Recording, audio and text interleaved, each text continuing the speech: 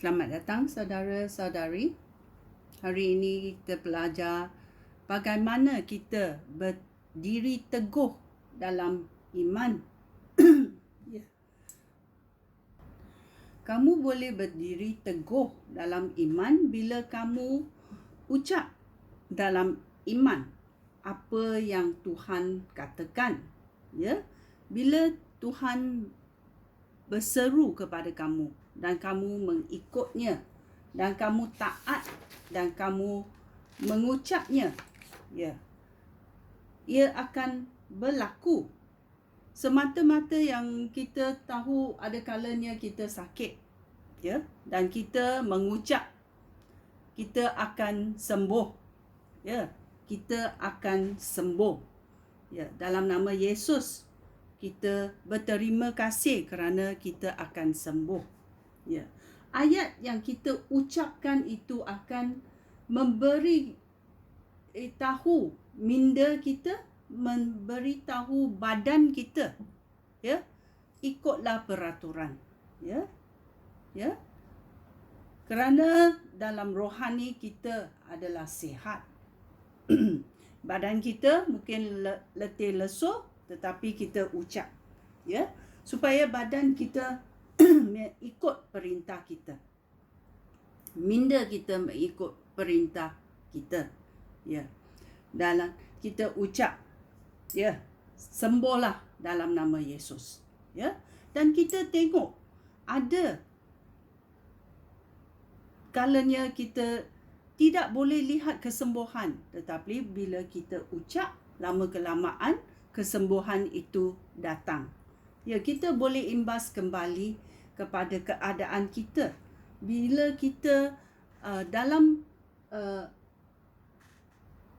kebuntuan jalan, kita macam tak ada jalan lain, tak ada jalan keluar. Tetapi kita tahu Tuhan kita adalah Tuhan yang hidup. Dia akan memberi jalan keluar untuk kita.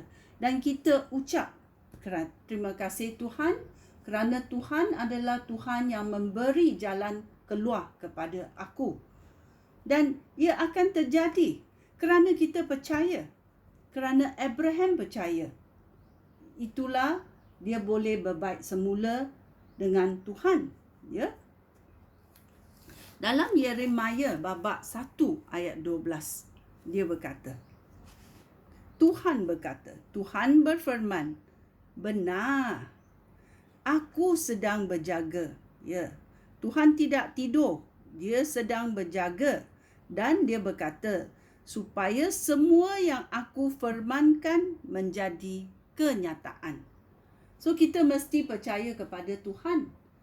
Percaya dan tidak ragu-ragu bahawa apa yang dia katakan itu akan terjadi kerana kita berdiri teguh atas ayat Tuhan, bukan atas ayat kita sendiri, atas ayat Tuhan.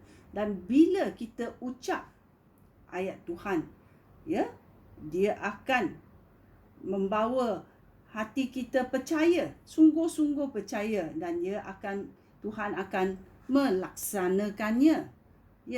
Walau dalam apa-apa keadaan, keadaan yang bertentangan dengan apa yang kita alami. Ayat Tuhan, kita cakap sebaliknya. Kalau kita miskin, kita ucap kerana Tuhan kita adalah Tuhan yang memberkati kita. Kita kaya dalam Tuhan.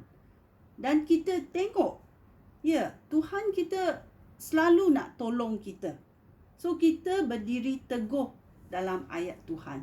Tuhan adalah Tuhan yang sempurna. Dia mau kebaikan untuk kita.